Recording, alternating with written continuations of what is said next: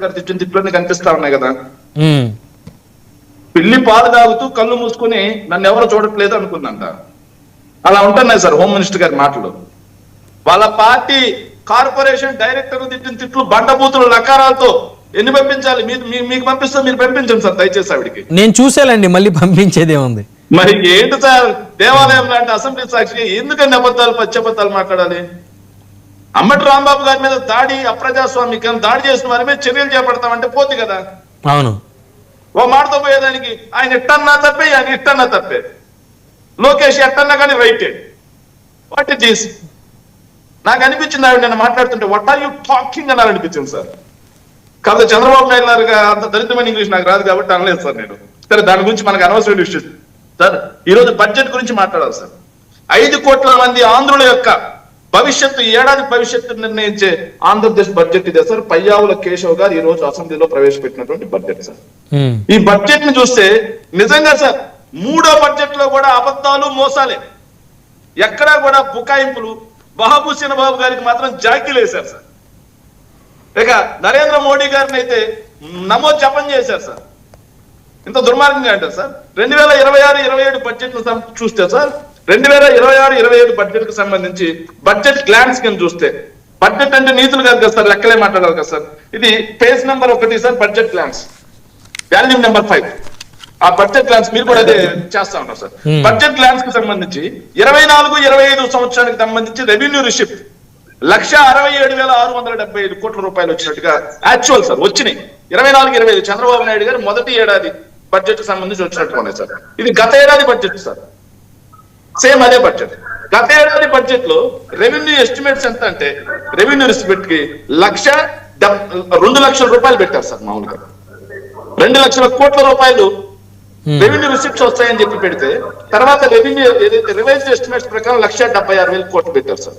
కానీ తీరా చూస్తే 1,67,000 కోట్లు వచ్చాయి సార్. 30,000 కోట్లు ఎక్కడికి పోయాయో తెలియదు సార్. ఎంత దుర్మార్గం సార్. ఇక tax revenue, non tax revenue కొత్తాం సార్. రాష్ట్రం చంద్రబాబు నాయుడు గారు వచ్చింది సంపద సృష్టి. సంపద సృష్టి సార్, ఈ పదం బాగా గుర్తుపెట్టుకోండి సార్.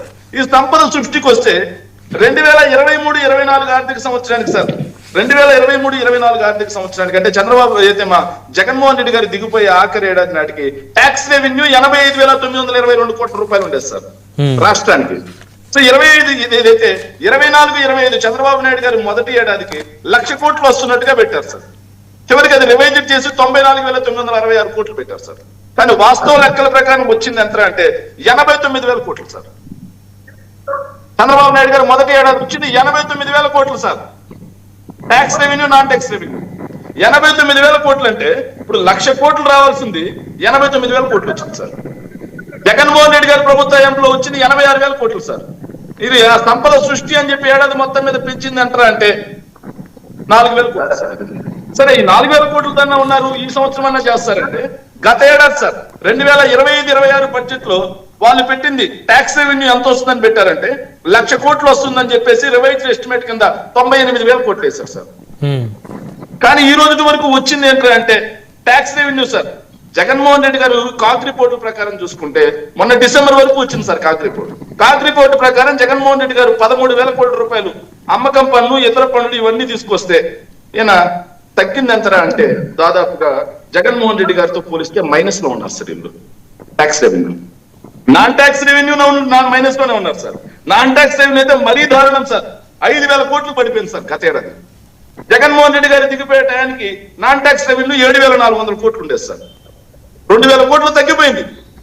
ఇట్లా అన్ని రంగాల్లోనూ తగ్గిపోతానే ఉంది సార్. దారుణమైన అంశం ఏంటంటే సార్ వీళ్ళు ఈ ఏడాది బడ్జెట్ కి సార్ 3,22,359 రూపాయలు ఏదైతే 2025-26 ఇంకా అవ్వలేదు సార్. 26 ఈ బడ్జెట్ ఈ ఆర్థిక సంవత్సరం అవ్వలేదు సార్. 3,22,359 కోట్లు పెడితే దాన్ని తగ్గించి 3,05,35 కోట్లకి ఈ రోజు రివైజ్డ్ ఎస్టిమేట్ వేశారు సార్. సరే వాస్తవంగా ఎంత వచ్చిందిరా అని చెప్తే పన్నేతర ఆదాయం 1,28,126 కోట్ల రూపాయలు ఈ ఏడాది రావాల్సి ఉంటే 9 నెలలకు వచ్చింది ఎంతరా అంటే తీరా చూస్తే 67,000 కోట్లు సార్. ఇంకా 44,000 కోట్లు 3 నెలల్లో రావాలి సార్. 44,000 కోట్లు 3 నెలల్లో వచ్చే పరిస్థితి ఉందా? ఎంత వచ్చినా గానీ సార్, ఎంత వచ్చినా గానీ 90,000 కోట్ల రూపాయలకు మించిపోదు సార్.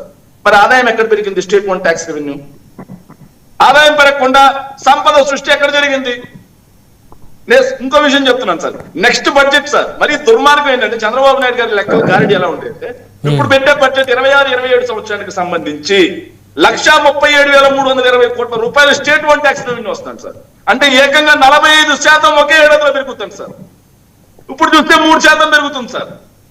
మేము అధికారంలో ఉన్నప్పుడు ఏ రోజు సిఏజీఆర్ చూసుకుంటే 9% మించి 9% తగ్గి ఎప్పుడు రాలేదు సార్. మినిమం 9% వచ్చింది సార్ కోవిడ్ లాంటి పరిస్థితులు ఉన్నా. కానీ ఇప్పుడు 3% వస్తుంది సార్ సిఏజీఆర్. కానీ లెక్కల్లో 45% పెరుగుద్ది వచ్చే సంవత్సరం అని చెప్పి చూపిస్తున్నారు. ఎలా సాధ్యం? ఆ కిటికీలో మాకు కూడా చెబితే వ్యాపారాల్లో ఉండే వాళ్ళం నేర్చుకుంటాం సార్. ఒక్క ఏడాదిలో 45% ఆదాయం పెంచడం ఎలా? ఇంకోటి అప్పుల గురించి మాట్లాడారు సార్. ఇది ఎంత దుర్మార్గం అంటే సార్, అప్పులు వాళ్ళు చేస్తా అన్నది వాస్తవంగా వాళ్ళు 80,000 కోట్ల రూపాయల బడ్జెట్ లో అప్పులు చేస్తామని చెప్పారు సార్. ఓపెన్ మార్కెట్ లో 80,000 కోట్లు చేస్తా అంటే ఈ రోజు వరకు ఓపెన్ మార్కెట్ లో చేసింది 85,769 కోట్లు సార్. అంటే దాదాపుగా 5,700 కోట్లు ఎక్కువ చేసేసారు సార్. ఇంకా నెల ఉంది సార్. ఇది నిజంగా ఈ అప్పుల కుప్ప, అప్పుల ఊపి దేశంలోనే అప్పుల్లో టాప్ మన ఓపెన్ మార్కెట్ లోనే. ఇంకా 20 నెలల్లో చేసింది 3,27,000 కోట్ల రూపాయల అప్పు. ఏం చేశారో తెలియదు, ఎవరికి ఇచ్చారో తెలియదు సార్. క్యాపిటల్ ఎక్స్పెండిచర్ సార్ వీళ్ళు గొప్పగా చెప్తారు సార్, మేము క్యాపిటల్ ఎక్స్పెండిచర్ అద్భుతంగా చేస్తాము. మొన్న బడ్జెట్ లో 40,000 కోట్లు పెట్టారు సార్. ఈ 10 నెలల్లో ఖర్చు చేసింది కేవలం 19,000 కోట్లే. కానీ వచ్చే ఏడాది మాత్రం 50,000 కోట్లు ఖర్చు పెడతారండి సార్ బడ్జెట్ లో, క్యాపిటల్ ఎక్స్పెండిచర్ లో. ఎట్ట పెడతారో నాకు తెలియట్లేదు సార్. ఇది ఈ గారడీ ఏంటో తెలియట్లా. దీనికి తెలుగుదేశం పార్టీ వల్లే సమాధానం చెప్పాలి. ఇంకా చూసుకుంటే సార్ పదే నవ్వు వస్తుంది సార్ ఇది సార్. ఇంకా వార్షిక బడ్జెట్ తో పాటు ఓపెన్ మార్కెట్ రుణాలు కూడా మనం మాట్లాడాం సార్. ఇక సూపర్ 6 సార్, వీళ్ళు అధికారంలోకి వచ్చినప్పుడు సంపద సృష్టితో పాటుగా సూపర్ 6 అని చెప్పి వచ్చారు సార్. సరే సూపర్ 6 సూపర్ హిట్ అని చెప్పేసి గవర్నర్ గారి చేత కూడా చెప్పించారు సార్. ఎట్టా సూపర్ 6 సూపర్ హిట్ అయిందో తెలియట్లేదు సార్. సార్ సూపర్ 6 లో నిరుద్యోగులకు నిరుద్యోగ వృత్తి ఇస్తాం అని చెప్పే మాట అన్నారా లేదా? 20 లక్షల మంది నిరుద్యోగులకి ఏటా 7,200 కోట్లు ఇవ్వాలి. 3 బడ్జెట్లలో కేటాయించింది గుండు 0. బాకీ వచ్చేసి 2,1,600 కోట్లు. మరి ఎక్కడ కేటాయించారు? సూపర్ 6 సెట్ అయింది. ఆడబిడ్డ నిధి కింద ప్రతి మహిళలకి 1,500 రూపాయల లెక్కన 18 నుంచి 50 ఏళ్ళ లోపు ఉన్నటువంటి 1,08,00,000 మంది మహిళలకి ఏడాదికి 32,400 కోట్లు కావాలి. 3 ఏళ్లలో ఎగ్గొట్టింది 97,200 కోట్లు. మరి సూపర్ 6 ఎంత అయింది? ఈ ఏడాది కూడా గుండు 0 మహిళలకి. ఎస్. ఇక అన్నదాత సుఖీభావకు 6,600 కోట్లే ఇచ్చారు సార్. వాస్తవంగా 54 లక్షల మంది రైతులకు వైఎస్ఆర్ కాంగ్రెస్ పార్టీ అధికారంలో ఉన్నప్పుడు ఇస్తుంటే 6 లక్షల మంది రైతులకు కోత. పిఎం కిసాన్ కాకుండా 20,000 ఇస్తా అన్నారు వాళ్ళు. ఇచ్చింది ఎంత అంటే 2 ఏళ్ళకి కలిపి 5,000 రూపాయలు సార్. 2 సంవత్సరాలు కలిపి ఇచ్చింది 5,000. మరి బ్యాలెన్స్ ఇకపోగా మళ్ళీ కూడా 6,600 కోట్లే. అంటే ఏం చేద్దామని? మరి సూపర్ 6 సూపర్ హిట్ అయింది. దీపం పథకం కింద 3 సిలిండర్లు ఖర్చు చేయాలంటే 4,083 కోట్లు సంవత్సరానికి కావాలి. కాదు శేఖర్ రెడ్డి గారు కేటాయింపు చేసింది 786 కోట్లు. రెండో ఏడాది 2,600 కోట్లు ఇస్తామన్నారు. రివైజ్డ్ ఎస్టిమేటింగ్ లో 600 కోట్లు తగ్గించారు. వాస్తవానికి ఖర్చు చేసింది ఎంతో ఎక్కడ కూడా బడ్జెట్ లో చూపించలేదు. ఎందుకంత గోప్యత? ఒక సిలిండర్ చాలా తక్కువ మందికి వచ్చింది. రెండో సిలిండర్ ఎవరికి వచ్చిందో కూడా తెలియదు. 2 ఏళ్ళు అయింది, 6 సిలిండర్లు పెండింగ్. ఎస్. తల్లికి వందనం సార్.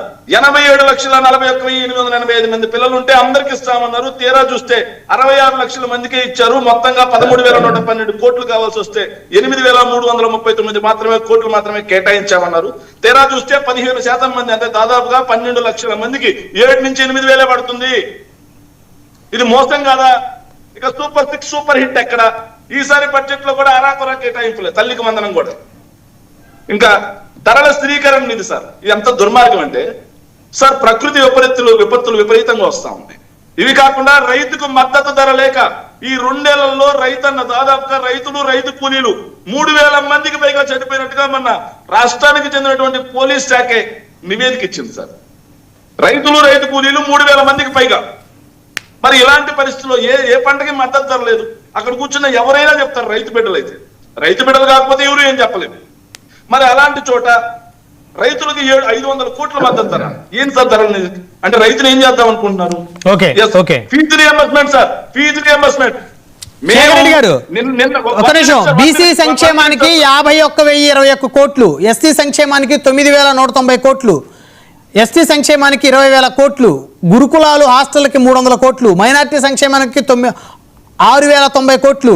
సో మరి ఇవన్నీ సంక్షేమం కాదా ప్రజలకి? సార్ నేను ఒక లెక్క చెప్తాను సార్, ఒక చిన్న లెక్క చెప్తాను మీకు. సార్ ఇది గత ఏడాది 2025-26 బడ్జెట్ ప్లాన్ సార్. దీంట్లో సార్ బడ్జెట్ 24-25కు సంబంధించి వాళ్ళ మొదటి ఏడాది 24-25కు సంబంధించి రివైజ్డ్ ఎస్టిమేట్స్ తో టోటల్ 2,74,000 కోట్ల రూపాయలు ఖర్చు పెడతామని చెప్పారు సార్. తీరా చూస్తే ఖర్చు పెట్టింది ఎంత అంటే 2,70,000 కోట్లు సార్. రివైజ్డ్ ఎస్టిమేట్ వేసింది. బడ్జెట్ లో పెట్టింది ఎంత అంటే 2,94,000 కోట్లు సార్. అంటే 30,000 కోట్లు పెండింగ్ సార్. 30,000 కోట్లు కోత విధించారు. బడ్జెట్ లో పెట్టడం వేరు, అలాకేషన్స్ వేరు సార్. అవును సార్ నేను చివరిగా ఒక పాయింట్ లో ముగిస్తాను సార్ దయచేసి సార్. సార్ ఇంకోటి ఫీజు రియంబర్స్మెంట్ సార్ 8,900 కోట్లు బకాయిలు ఉన్నాయి సార్. ఎక్కడ కేటాయించారో తెలియట్లేదు సార్. ఆరోగ్యశ్రీ కేటాయించలేదు సార్. మహిళా సంక్షేమం సార్ డ్వాక్రా మహిళలకి 10 లక్షలకే 0 వడ్డీ అన్నారు, ఎక్కడిచ్చారు? ప్రభుత్వ ఉద్యోగుల గురించి సార్ ఐఆర్ లేదు, పిఆర్సీ కమిషన్ లేదు, డిఆర్ గురించి లేదు, ఎక్కడా లేదు సార్. 3వ బడ్జెట్ సార్ ఇది. పిఆర్సీ కమిషన్ ఏమైంది, ఐఆర్ ఏమైంది సార్? మేము 1వ బడ్జెట్ లో పెట్టాం ఐఆర్. ఓకే శేఖర్ రెడ్డి గారు మాట్లాడుతున్నాం మనతోటి. సార్ ఒకే ఒక పాయింట్ సార్. ఇక పవన్ కళ్యాణ్ గారు సార్ మా ప్రియతమ నాయకుడు పవన్ కళ్యాణ్ గారి గురించి కూడా మాట్లాడు. పవన్ కళ్యాణ్ గారు షణ్ముఖ వ్యూహంలో భాగంగా నియోజకవర్గానికి 500 మందిని సెలెక్ట్ చేసి 10 లక్షల రూపాయలు ఇస్తా అన్నాడు. 3వ బడ్జెట్ లో కూడా ఎక్కడా కనిపించట్లేదు. Where is the Pawan Kalyan? Kapu Nestham కింద మేము ప్రతి మైలుకి డబ్బులు ఇచ్చేవాళ్ళం. ఇప్పుడు కాపు నేస్తం లేదు. ఏదైతే చంద్రబాబు నాయుడు దగ్గర నుంచి పవన్ కళ్యాణ్ మాత్రం నేస్తం అయ్యాడు సార్. కాపులకు నేస్తం లేదు కానీ పవన్ కళ్యాణ్ గారికి చంద్రబాబు నాయుడు గారికి నేస్తం కుదిరింది. పవన్ కళ్యాణ్ మాట్లాడదాం. అంతా సురేంద్ర నాయుడు గారు ఉన్నారు, తెలుగుదేశం పార్టీ నుంచి. వారితో మాట్లాడదాం. సురేంద్ర నాయుడు గారు గుడ్ ఈవినింగ్ అండి. రమణాయుడు గారు నమస్తే. ఏంటి మీకు బడ్జెట్ ఎలా అనిపించింది సురేంద్ర నాయుడు గారు? బ్రహ్మనాయుడు గారు, మీకు ప్యానల్లో ఉన్నటువంటి మిత్రులకు, అదేవిధంగా 99 వీక్షిస్తున్నటువంటి ప్రేక్షకులందరికీ కూడా నమస్కారాలు. బ్రహ్మనాయుడు గారు రాష్ట్ర భవిష్యత్తు, సంక్షేమము, రాబోయే తరాల వారి భవిష్యత్తు, అవును, వీటన్నిటిని దృష్టిలో పెట్టుకొని ప్రవేశపెట్టినటువంటి బడ్జెట్ ఇది. ఇది ఓన్లీ అంకెల గారడి కాదు, లెక్కలేసుకునే పుస్తకం కాదు. ఇది మేమిచ్చినటువంటి బడ్జెట్ వాస్తవాలకు దగ్గరగా ఏదైతే ఈ రాష్ట్రంలో ఉన్నటువంటి 5 కోట్ల మంది ప్రజానీకానికి అందరికీ అందుబాటులో ఉండడానికి వాళ్ళ భవిష్యత్తుకు ఉపయోగపడేటువంటి బడ్జెట్. ఈరోజు అమరావతికి, మన భావితరాల రాజధాని అమరావతికి 6,000 కోట్లు కేటాయించాం.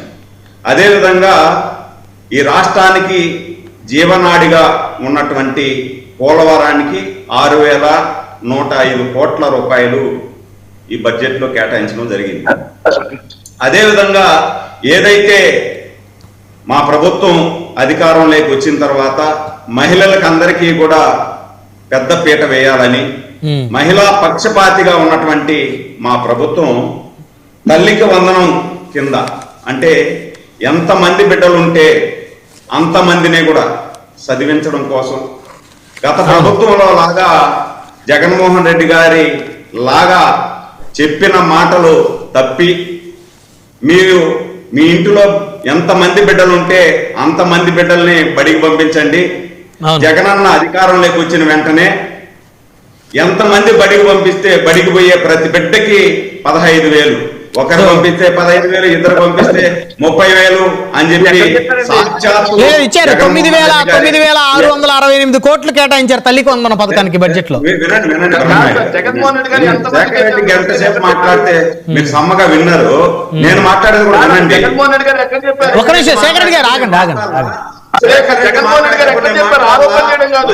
జగన్మోహన్ రెడ్డి గారు ఎంతమంది పిల్లలు ఉంటే అంతమంది 15,000 ఆగండి శేఖర్ రెడ్డి గారు, కంగారు పడమాకండి.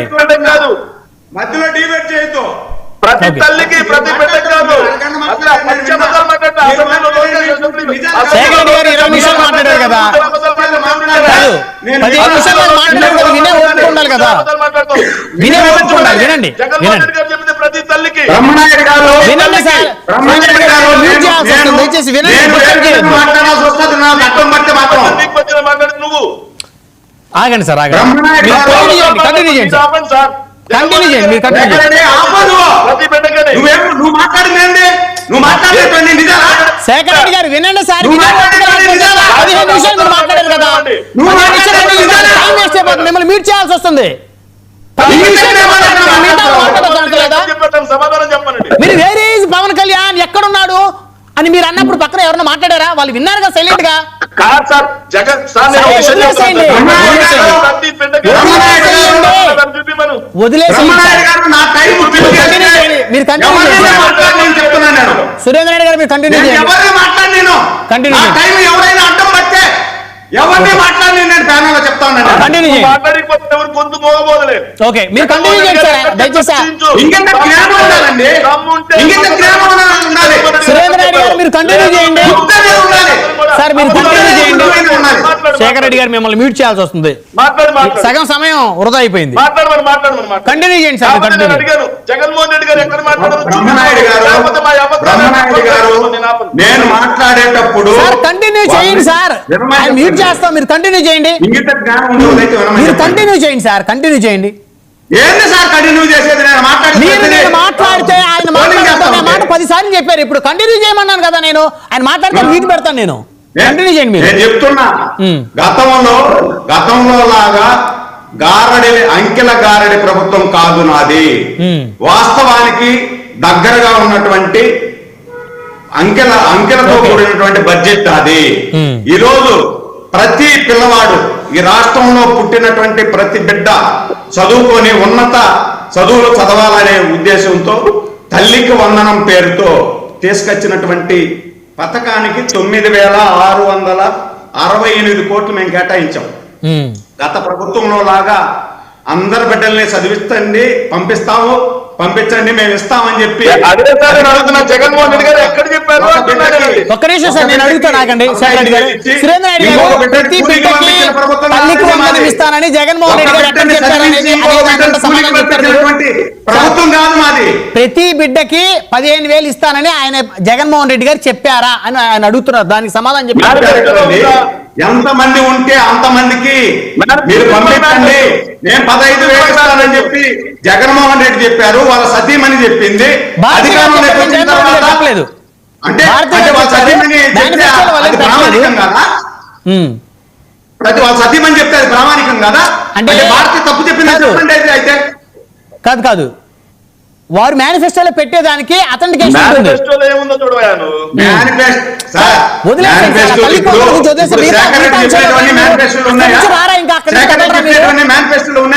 సార్ అక్కడి నుంచి ప్రతిదీ మీ మేనిఫెస్టోలో ఉంది, నేను చూపిస్తాను. మాట్లాడేది మళ్ళీ సార్ మీరు తల్లికి వందన అంశం వదిలేసి మిగతా అంశాలు కంటిన్యూ చేయండి సార్. ఎందుకు వదలాలి సార్? ఎందుకు వదలాలి? నేను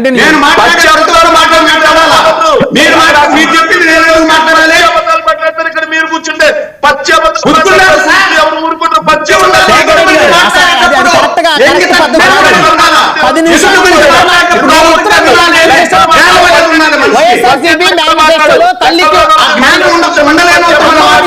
అందరికి ఇస్తానని పెట్టలేదని నేను చెప్తున్నాను కదా. వారు మాటలు వదిలేసేయండి. ఇంకా నేను చెప్తున్నాను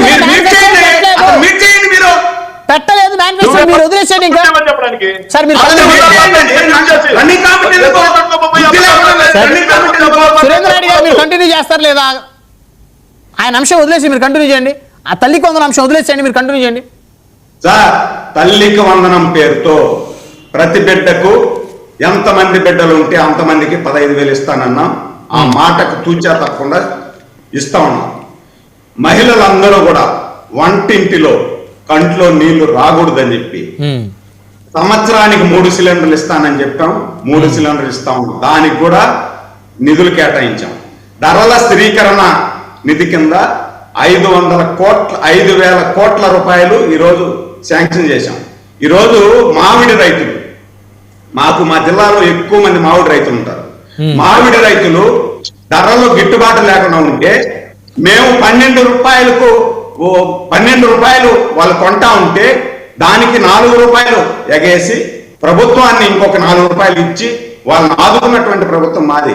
దానికే ఈ రోజు ధరల స్థిరీకరణ, లాస్ట్ గవర్నమెంట్ ధరల స్థిరీకరణ ఇది ఏమన్నా పెట్టారా? 1 రూపాయి ఖర్చు పెట్టారా అండి? గిట్టుబాటు ధరలు ఉన్నాయా? ఏం మాట్లాడారండి? రెండో విషయానికి వస్తే ఈరోజు మేము ఏదైతే విద్య, వైద్యము, ఉద్యోగము, పారిశ్రామీకరణ, సాగునీటికి అన్నిటికీ కూడా సముచిత స్థానం ఇస్తూ ఈ రాష్ట్రంలో ప్రతి ఇంటికి నీళ్ళు ఇవ్వాలని, ప్రతి ఇంటి ముందర సిమెంట్ రోడ్డు ఉండాలని చెప్పి నిధులు శాంక్షన్ చేసిన ప్రభుత్వం మాదండి. గత ప్రభుత్వం 5 సంవత్సరాలు ఎక్కడైనా ఒక కాలువ కట్టిందా? ఒక ఇంటికి నీళ్ళు ఇచ్చిందా? ఒక కొలాయి కట్టిందా? ఈయనటువంటి వాళ్ళు మాట్లాడుతుంటే నేను వినకూడదా?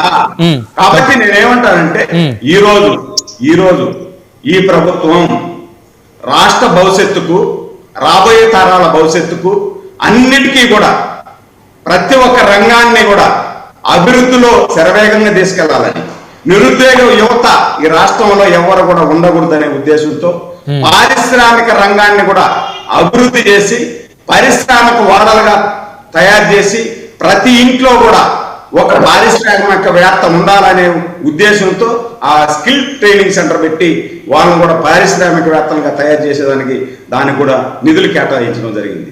అదేవిధంగా ముఖ్యమైన విషయం, జనాభాలో సగభాగం ఉన్నటువంటి బీసీలకి, ఈ జనాభాలో సగభాగం ఉన్నటువంటి బీసీలు ఒక అద్భుతంగా వాళ్ళు ఉండాలని చెప్పి వాళ్ళకు 31,000 కోట్ల రూపాయలు ఈరోజు బడ్జెట్ లో ప్రవేశపెట్టడం జరిగింది. అదేవిధంగా ఎస్సీ, ఎస్టీ, మైనారిటీలకి, ఎస్సీలకైతే 20,644 కోట్లు, ఎస్టీకి 9,190 కోట్లు, మైనారిటీలకి 6,090 కోట్ల రూపాయలు.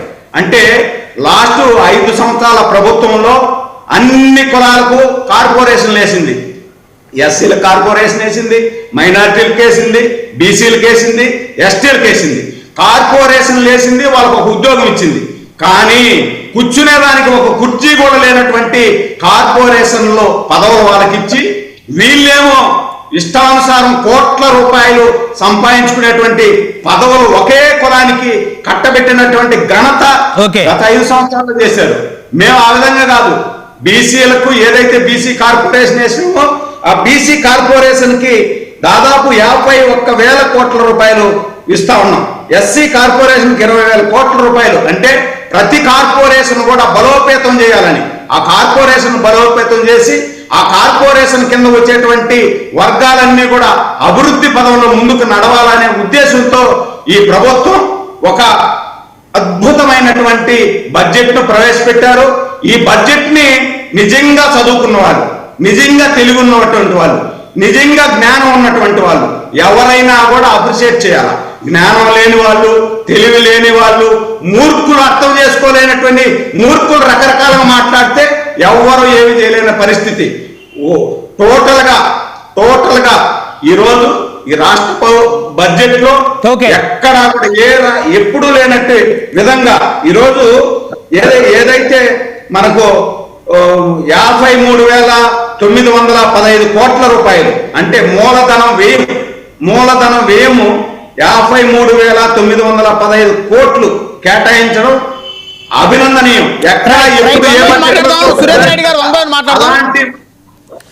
మాట్లాడదాం సార్, సమయం తక్కువ ఉంది, ఇంకా ముగ్గురు ఉన్నారు ప్యానెల్లో. రజనీ గారు ఉన్నారు, హైకోర్టు అడ్వకేట్ వారితో మాట్లాడదాం. రజనీ గారు, గుడ్ ఈవినింగ్ అండి. సార్ నమస్తే బ్రహ్మనాయుడు గారు. నిన్న హోమ్ మినిస్టర్ గారి వ్యాఖ్యలు విన్నారా? విన్నానండి. మరి ఏమైనా సమస్యలు ఉంటే హోమ్ మినిస్టర్ గారికి కంప్లైంట్ ఇవ్వచ్చు కదా? అవును బ్రహ్మనాయుడు గారు, కానీ సోషల్ మీడియాని హోమ్ మినిస్టర్ గారు ఫాలో అవ్వకపోవడం మన దౌర్భాగ్యకరం. ఎందుకంటే సోషల్ మీడియా మొత్తం ట్రోలింగ్ చేస్తుంది. ఒకే ఒక గ్రంథాలయ శాఖ చైర్మన్ తన పరిధి దాటి మాట్లాడింది. ఒక మహిళగా, ఒక పెద్ద ఆవిడ మాట్లాడిన తీరుని యావత్ రాష్ట్రమే కాదండి, దేశం మొత్తం ఖండించదగింది. సరే అది కూడా అన్ని చోట్ల వినపడుతుంది, బట్ ఆవిడకి మాత్రం అది ఎవిడెంటరీగా ఇస్తే అరెస్ట్ చేస్తానన్నారు. బట్ ఆ ఎవిడెన్స్ వీళ్ళందరూ యాక్చువల్లీ పెట్టుంటారు, బట్ ఒక టీడీపీకి సంబంధించిన సోషల్ మీడియాలో తప్ప అన్ని చోట్ల ట్రోలింగ్ అవుతానే ఉందండి. అలా మాట్లాడకూడదు, అలా మాట్లాడడం కరెక్ట్ కాదు అంటూ వాళ్ళు కూడా ఖండిస్తున్నారులేండి. కానీ వాళ్ళ ప్రత్యేకమైన సోషల్ మీడియాలో మాత్రం పెట్టలేకపోయారు, అది దౌర్భాగ్యకరం. కానీ మేడం గారు మాత్రం ఓపెన్ గా ఇచ్చిన ఛాలెంజ్ ఏంటంటే మీరు ఎవిడెన్స్ ఇవ్వండి. లకారంతో తిట్టినది ఈ రోజుకి ఎవిడెంటరీ ఉంది సార్, మీరు పెట్టగలిగితే పెట్టదలిచే ధైర్యం చేసినా, లేకపోతే మీ దగ్గర ఉన్న ఒక చిన్న బిట్ ఏమన్నా మీ దాకా వస్తే ఒక మాదిరిగా పెట్టండి. ఎందుకంటే అది ఆవిడకి తెలియాలి. ఎందుకంటే ఆవిడకి తెలియలేదా, లేకపోతే తెలియనట్టుగా ఉంటున్నారా, లేకపోతే తెలివిగా మాట్లాడుతున్నారా? అసెంబ్లీ అంటే సాధారణంగా ఆ స్థాయిలో మంత్రులుగా ఉండేటువంటి వాళ్ళు అవన్నీ చూసేటువంటి సమయం ఉండదు. మనం చూస్తున్నట్టు సోషల్ మీడియా మనం ఫాలో అయినట్టు వాళ్ళు బహుశా అంత ఫాలో అయ్యే పరిస్థితి ఉండదు. అఫ్ కోర్స్ బ్రహ్మనాయుడు గారు వాళ్ళ దాంట్లో రాలేదేమో, మీరు కుదిరితే మీరేమో అనుకోనంటే మీకు ఇబ్బంది లేకపోతే, మీ ఛానల్ కి మీకేమి ఇబ్బంది లేకపోతే మీరు ఒక్కసారి దాన్ని ప్లే చేస్తే లకారంతో స్పష్టంగా నువ్వు మూగోడవైతే రారా అంటూ అసలు చాలా లకారమైన బూతుల్ని ఒక మహిళ అతని కార్ డోమ్ మీద కొట్టి ఆపేసినటువంటి తరుణం. ఆవిడికి కూడా నాన్ బెయిలబుల్ అఫెన్స్ వచ్చేసే ఉండాలి, బట్ కానీ మనిషికి ఒక చట్టాన్ని, మనిషికి ఒక రాజ్యాంగాన్ని రాయలేదండి డాక్టర్ బిఆర్ అంబేద్కర్ గారు. ఇకపోతే బడ్జెట్ సమావేశాల గురించి మా పల్లెటూరులో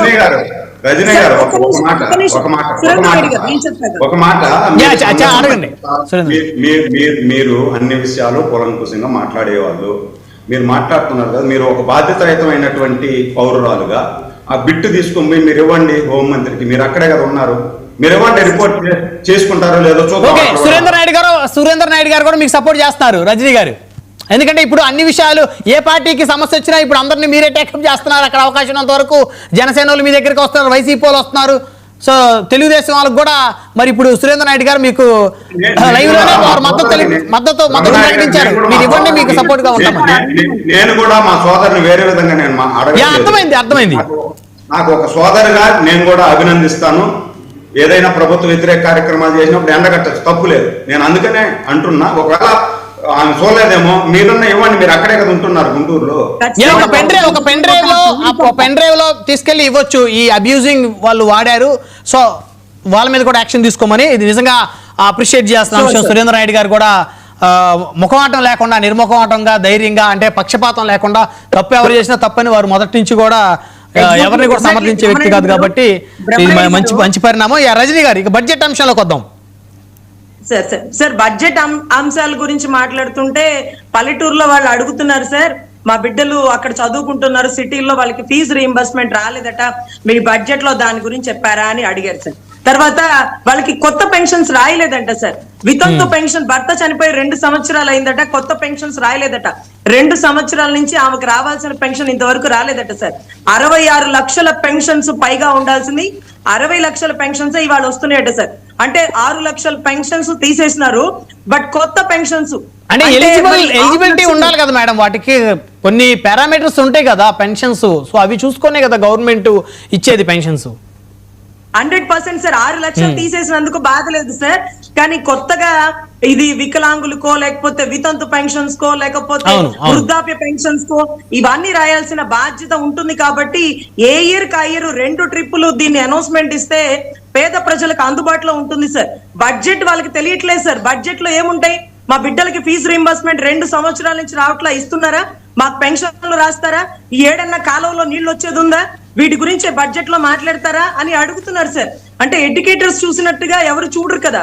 సో ఇంకొకటి ఏంటంటే పెన్షన్స్ పథకాలు ఇవ్వడంలో జగన్ గారు కూడా బటన్ నొక్కి చాలా రిలీజ్ చేసినారు. ఆయనకి ఈయనకి ఉండే తేడా మేము ఎప్పటి నుంచో అనుకునేది, ఇతను ఒక విజనరీ అని అమరావతిని తీర్చిదిద్దడంలో గొప్ప పాత్ర ఉంటుందని, సైబరాబాద్ టవర్స్ నుంచి ఈయన కడతాడనే ఒకే ఒక్క కాన్సెప్ట్ తో అందరూ కూటమిగా ఏర్పడి రాష్ట్రానికి రాజధాని కట్టుకోవాలి, అది జగన్ గారు కట్టనన్నారేమో, ఈయన కడతానన్నారేమో అనే ఒకే ఒక్క సంకల్పం సార్. ఈ పథకాలు ఏముందండి, ఇలా బటన్ నొక్కి 1కి 2 పథకాలు ఇచ్చేసినారు.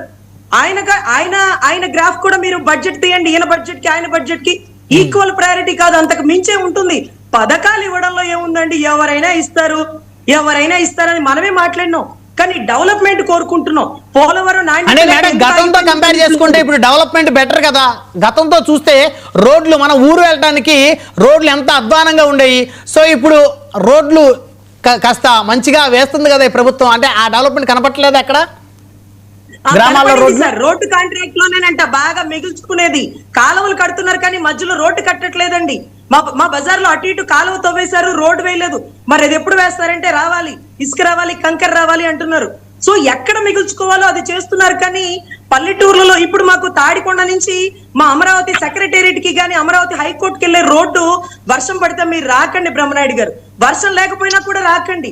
ఆ బస్సు మేము ఆర్టీసీ బస్సులో వెళ్తామండి. ప్రభుత్వం ఫామ్ చేశాక మాకు వచ్చిన బెనిఫిట్ ఏంటంటే బస్ టికెట్ లేదండి, ఇలా ఫోన్ తీసుకొని ఆధార్ కార్డు చూపించి అలా ఎక్కేస్తాం. ఆ బస్సు కూడా ఆ డొల్లలో పడిపోయి లేకపోతే అక్కడక్కడ సభ్యులన్నీ ఇరిగిపోయి వెళ్ళలేకపోతున్నామండి. జడ్జిలు సైతం తిట్టుకుంటున్నారు. సో దయచేసి అమరావతి సిటీ డెవలప్ చేద్దరు కానీ ముందు అమరావతి నుంచి తాడికొండ నుంచి వెళ్లే రోడ్డు మాత్రం కదలకుండా మెదలకుండా వెయ్యండి. ఎందుకంటే మేము అరగంటలో వెళ్లాల్సింది కూడా 45 నిమిషాలు, గంట పైన పడుతుంది. రోడ్లు సరిలేవని పరిస్థితి అండి. సో ఖచ్చితంగా రోడ్లు బాగున్నాయని చెప్తే మీరు మా ఆంధ్ర రండి, కింద పాలు పోస్తే ఇలా ఎత్తుకోవచ్చు అనేవాళ్ళు. ఈ రోజు పాలు, టీ, డికాషన్ అన్ని కలిపి ఎత్తుకోవాల్సి వస్తుంది. సో ఎనీవే డెవలప్మెంట్ బాగా ఇవ్వాలన్న నమ్మకంతో మేము ప్రభుత్వాన్ని ఫామ్ చేశాము. బాబు గారి నుంచి మేము ఎక్స్పెక్ట్ చేసేది అదేనండి. ఈ పథకాలు ఎవరొచ్చినా ఇస్తారు, దీంట్లో ఏ సందేహం లేదు. మీ నుంచి అంతకు మించి మేము కోరుకుంటున్నాం, అది కావాలని ఆశిస్తున్నాం. రాజధాని తొందరగా డెవలప్ చేయాలి. ఈ 33,000 ఎకరాలు ఇంతవరకు కదలలేదు, మెదలలేదు. సింగపూర్ ఫ్లాట్ దగ్గర నా ఫ్లాట్ ఇవ్వలేదంటూ ఒక రైతు గుండె ఆగిపోయిందండి. కానీ ఇంకా 40,000 ఎకరాలు కావాలని తీసుకుంటున్నప్పుడు మేము అడుగుతున్నాం, ఈ 33,000 ఎకరాలు డెవలప్ చేయండి, ఇక్కడ పెద్ద పెద్ద భవంతులు కట్టండి, తర్వాత వాళ్లే ఇస్తారు. అరే ఇదేం చెయ్యాలో అదేం చేయాలో అర్థం కాని సందిగ్ధ పరిస్థితికి వెళ్ళిపోతున్నారు అక్కడ రైతులు. సో దయచేసి ఈ బడ్జెట్లు ఏం చేస్తా ఉన్నారమ్మా మీరు? అప్పుడు కనపడలేదమ్మా. మీరు కూడా కొంచెం అంటే ఏకపక్షంగా మాట్లాడకూడదు తల్లి. మీరు మాట్లాడేటప్పుడు కొంచెం అప్పటికి ఇప్పటికి డిఫరెన్స్ లేదా?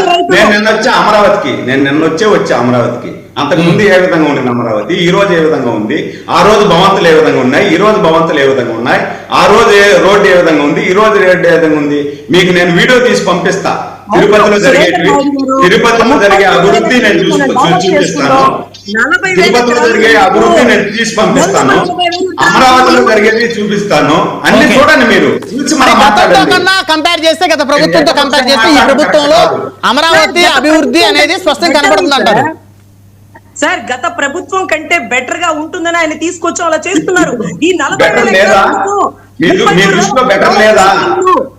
మీకు 2 నెలలకు ముందు వరకు బెటర్ గా కనపరిచింది, 2 నెలల తర్వాత బెటర్ గా కనపడలేదు. నేనేం చేయను సార్? 33,000 ఎకరాలు డెవలప్ చేయండి సార్. 40,000 ఎకరాలు ఎందుకు? 33,000 ఎకరాలు చేస్తాం, 40,000 ఎకరాలు కూడా చేస్తాం. మీరు చూడండి.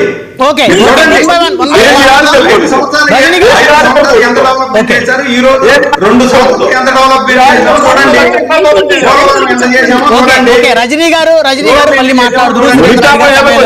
మస్తాన్ రావు గారు ఉన్నారు మనతోటి, రాజకీయ విశ్లేషకులు, సీనియర్ జర్నలిస్ట్ మస్తాన్ రావు గారితో మాట్లాడదాం. మస్తాన్ రావు గారు, గుడ్ ఈవినింగ్ సార్. సార్ చూస్తా ఉన్నాడు, కంగారు పడద్దు.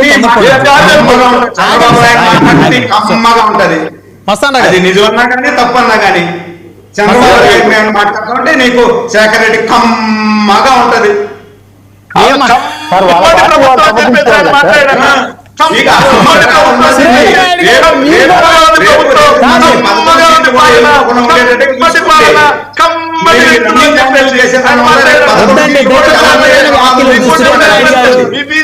సార్ మీరు కూడా సురేంద్ర నాయుడు గారు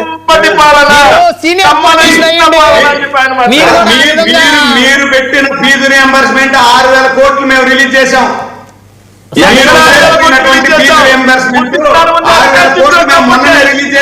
శేఖర్ రెడ్డి గారు మాట్లాడదాం సార్. 1 మాట్లాడదాం, దయచేసి ఆగాలి. మాట్లాడారు ఉన్నారు, దయచేసి ఆగండి. మగాళ్ళని తీసుకురండి రిసిప్ట్స్. సార్ ఆగండి, ఉంటే తీసుకురండి ఆగండి. రిసిప్ట్స్ రెవెన్యూ రిసిప్ట్స్ ఉంటాయి, రిసిప్ట్ పెట్టుకో బయటికి. రిసిప్టే. రమణారెడ్డి గారు మ్యూట్ చేయాల్సి వస్తుంది మీ ఇద్దరిని. మస్తాన్ గారు మీ కంటిన్యూ చేయండి రిసిప్ట్ సార్. మొత్తం చూసా. ఆగండి సార్, శేఖర్ రెడ్డి గారు డిబేట్ జరగనివ్వండి సార్ ప్రశాంతంగా. అందరూ చక్కగా మాట్లాడుతున్నారు. అన్ని ఆధారాలతో మాట్లాడేది. మీ మాదిరి గుడ్డ కాల్చి మొఖానేసేది కాదు. ఫీజు రియంబర్స్మెంట్ కి సంబంధించి సత్యాలు అసత్యాలు మాట్లాడేది కాదు. మీరు మాట్లాడేది ఒకటి కూడా సత్యం లేదు, అసత్యాలే అన్ని. అసత్యాలు మాట్లాడేవారు మీరు మాట్లాడతారు. మరి అందుకే మీరు 11 ఇచ్చారు. 11 చూసుకోండి ఒకసారి. సార్ మీకు 11 కూడా లేకుండా పోతే చూసుకోండి ఒకసారి. 11 కూడా ఎత్తిపోతుంది. శేఖర్ రెడ్డి గారు శ్రీనారాయణ గారు మ్యూట్ చేయండి. సమయం తక్కువ ఉంది, ఇంకా ఇద్దరు మాట్లాడాలి. డబ్బులు ఇచ్చారా? మస్తాన్ గారు కంటిన్యూ చేయండి. అతనికి చేత కాదు, రెండు పార్టీలు అతనికి చేత కాదు, మీకు చేత కాదు. మరి ఎక్కడి నుంచి ఇచ్చారు? సార్ దయచేసి ఆగండి సార్. మిగతా వాళ్ళు మాట్లాడాలి ప్యానెల్లో. ఒక్కసారి చెప్తుండే అర్థం కాదా? ఎంతవరకు బడ్జెట్ లో లేకుండా ఎక్కడి నుంచి ఇస్తారు సార్? 6,000 కోట్లు. శేఖర్ రెడ్డి గారు ఆగండి సార్. మీరు శేఖర్ రెడ్డి గారు మ్యూట్ చేయండి. శేఖర్ రెడ్డి గారు మ్యూట్ చేయండి దయచేసి. సార్ మీరు ఆగండి సార్, డిబేట్ జరగనివ్వండి సార్. ఇంకిద్దరు ఉన్నారు మాట్లాడారు. బడ్జెట్ లో లేకుండా ఆగండి సార్, మాట్లాడారు కదా 20 నిమిషాలు మాట్లాడారు. మిగతా వాళ్ళు మాట్లాడాల్సిన అవసరం లేదా? మీ కళ్ళ ముందు కనబడుతున్నారు కదా ఇద్దరు. మస్తాన్ రావు గారు తప్పు కదా, తప్పు కదా అది. ఆగండి సార్ దయచేసి. నేను మీతో ఆర్గ్యూ చేయలేను. మీరేదో అజెండా పెట్టుకొని వచ్చారు, ఇలా డిబేట్ జరగనీయకూడదని నాకు అర్థమవుతుంది. ఆగండి సార్ ఒక్క నిమిషం, ఆగండి ఒక్క నిమిషం ఆగండి. ఒక్క వ్యక్తి తెలుగుదేశంలో ఉన్న ఒక సురేంద్ర నాయుడు గారు ఎట్లా ఉన్నారు? మీరందరూ కలిసి ఆయన మీద పడితే ఎట్లా? దయచేసి నాకు 1 సెకండ్ టైం మీరు ఇస్తే మీరు ఆగండి, వాళ్ళు మాట్లాడివ్వండి సార్. వాళ్ళు మాట్లాడివ్వండి సార్. ఆగండి నేను ఆపేస్తాను సార్. నేను ఆపేస్తాను మధ్యలో రాను. చెప్పండి సార్. సార్ నేను మాట చెప్పండి. బడ్జెట్ లో వాల్యూమ్ నెంబర్ 1, వాల్యూమ్ నెంబర్ 2 అని 2 ఉంటాయి సార్. వాటిల్లో క్యాపిటల్ రిసిప్ట్స్, రెవెన్యూ రిసిప్ట్స్ అని ఉంటాయి సార్. రెవెన్యూ రిసిప్ట్స్ కు సంబంధించి ఏ శాఖలో ఎక్కడెక్కడ ఎంత కేటాయింపులు చేశాం, ఎంత మనం బిల్లులు చెల్లించాం, మొత్తం కూడా వాల్యూమ్ నెంబర్ 1, వాల్యూమ్ నెంబర్ 2 లో ఉంటుంది sir. Volume number 1, volume number 2 లో 6,000 కోట్లు చెల్లించుకుంటే ఎక్కడ చేస్తారు?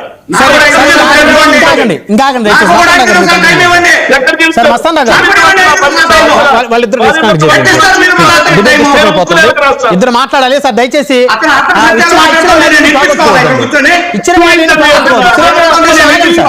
డిస్కనెక్ట్ చేయండి సార్. మీరు ఆగండి సార్. ఇది కరెక్ట్ కాదు, కరెక్ట్ కాదు అది సార్. వాళ్ళు డిస్కనెక్ట్ చేయండి. మస్తాన్ గారు తీసుకోండి.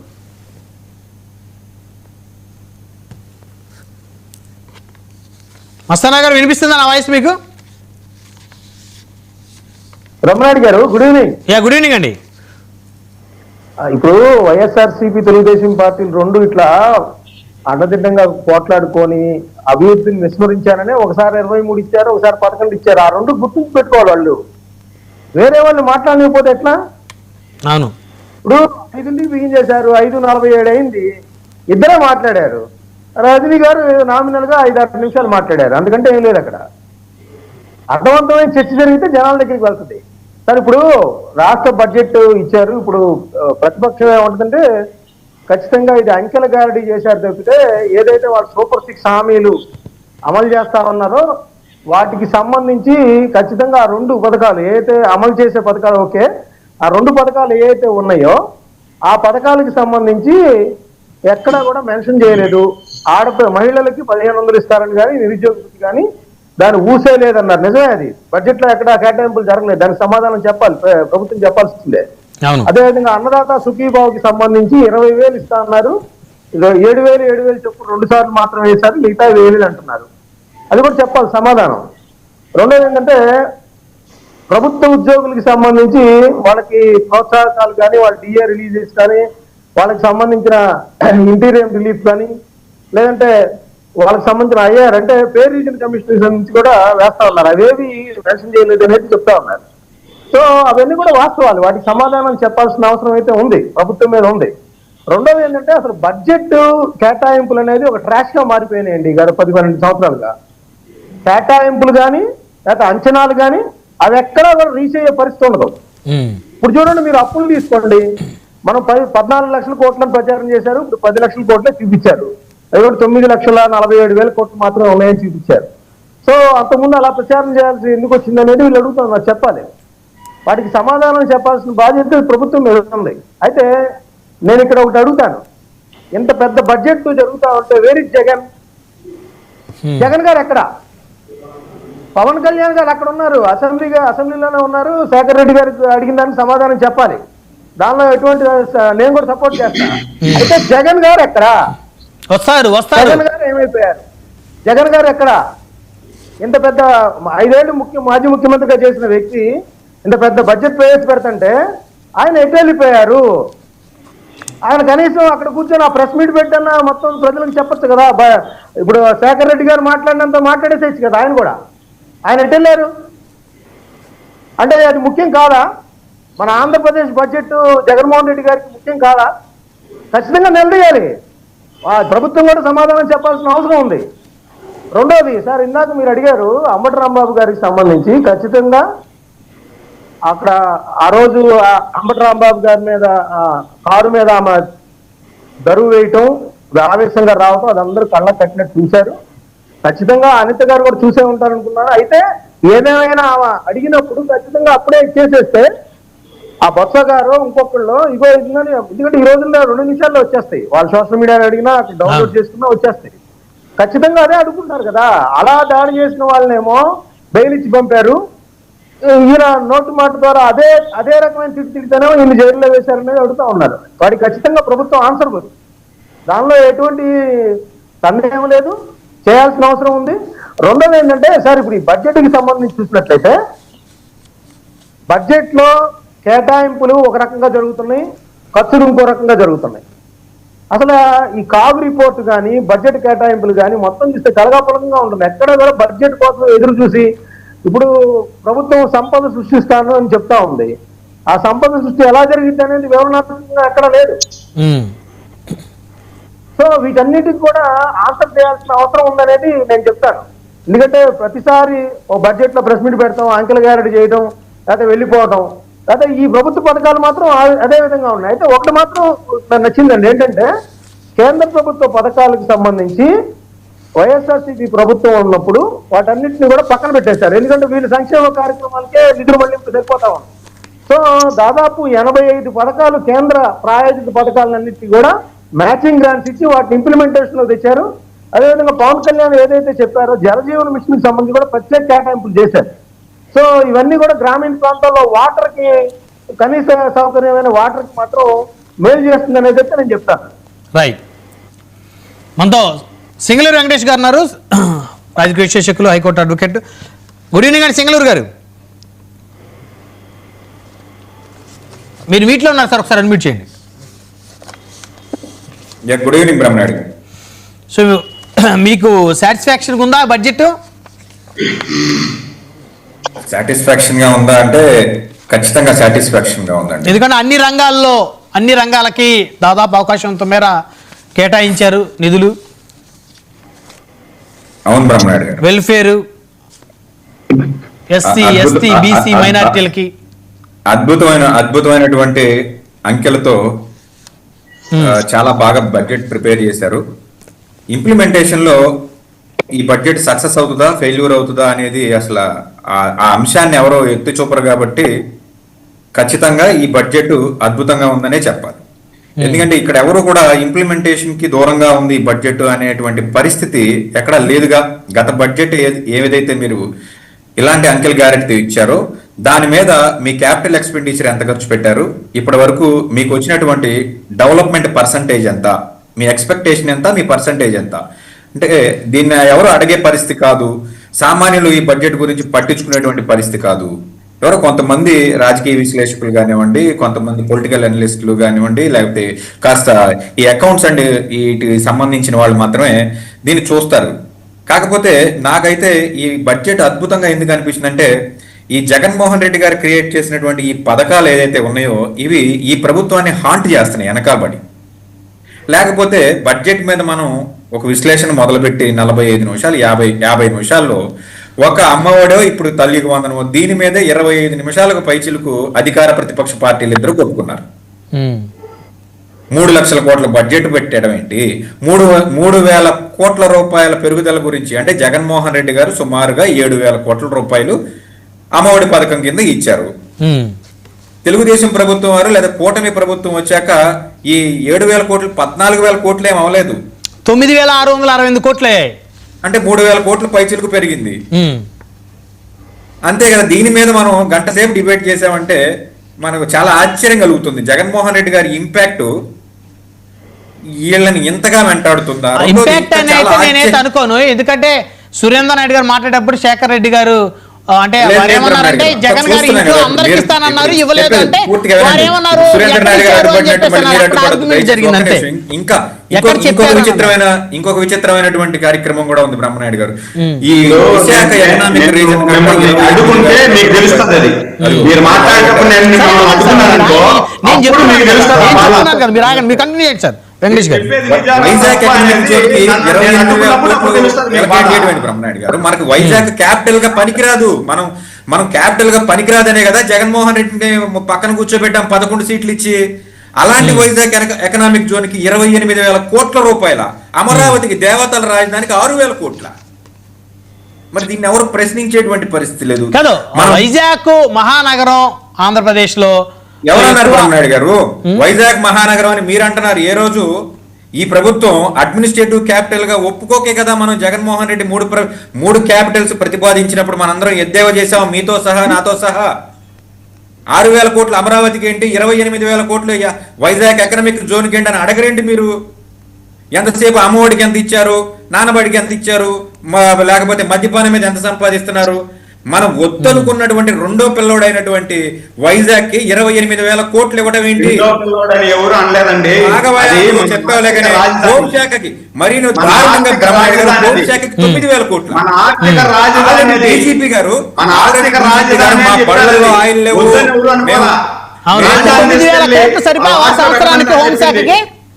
సరిపోవనే కదా డీజీపీ గారు చెప్పింది గతంలో.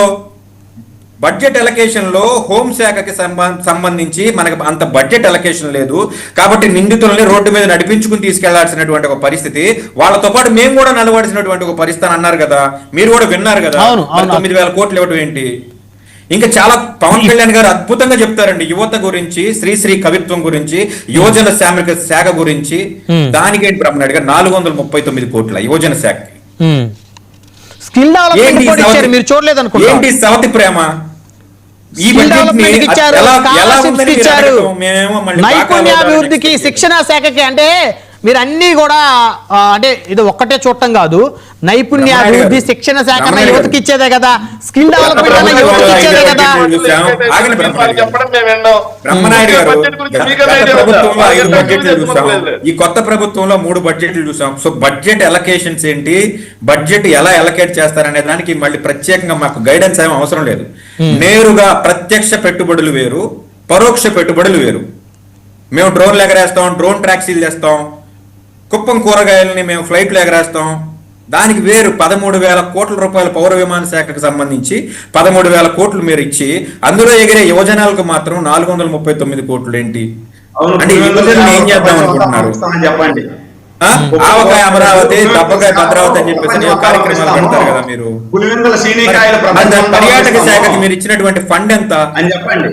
అమరావతి అనేది ఆగండి సార్, అమరావతి పర్యాటకంగా ప్రపంచంలో ముందుకెళ్ళిపోద్ది. ఈ దేశంలోకెల్లా అమరావతి లేకపోతే ఆంధ్రప్రదేశ్ పర్యాటక అభివృద్ధి అనేది అసలు పీక్ స్టేజ్ లో ఎదురుకెళ్ళిపోద్ది అనుకున్నటువంటి ఒక పర్యాటక శాఖకి సుమారుగా 1,600 ఎకరాల పైచిలకి ఇచ్చాం మనం అమరావతిలో పర్యాటక శాఖకి.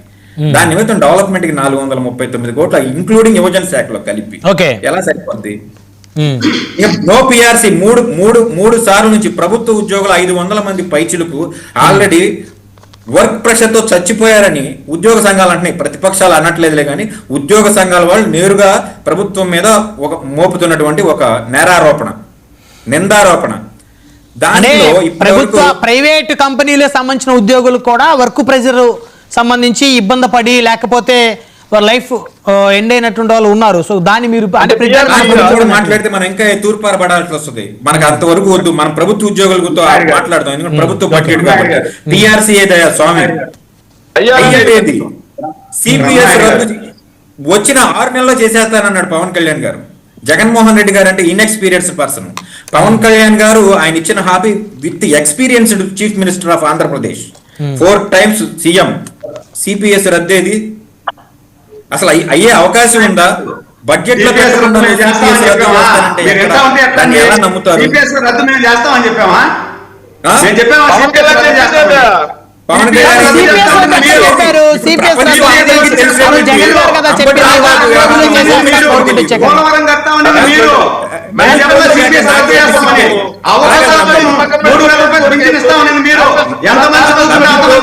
నాకేంటి సిగ్గని ఈ ప్యానల్ లో ఉన్న అందరినీ కూడా అప్పటి రాంబాబు గారిని వ్యక్తిగతంగా దూషించిన హోమ్ మినిస్టర్ గారు కన్నా రజనీ గారు ఒక మెమోరాండం ఇవ్వాలంట, ఎవిడెన్స్ ఇవ్వాలంట, తెలుగుదేశం వాళ్ళు చెప్తారు. అలాగే ఉంది పవన్ కళ్యాణ్ ఎక్కడ చెప్పడం ఏంటి? సిపిఎస్ రద్దు గురించి పవన్ కళ్యాణ్ చెప్పలేదా? నీకు వినపడలేదేమో, లేకపోతే నువ్వు జగన్మోహన్ రెడ్డి గురించి భయపడి ఆంధ్రప్రదేశ్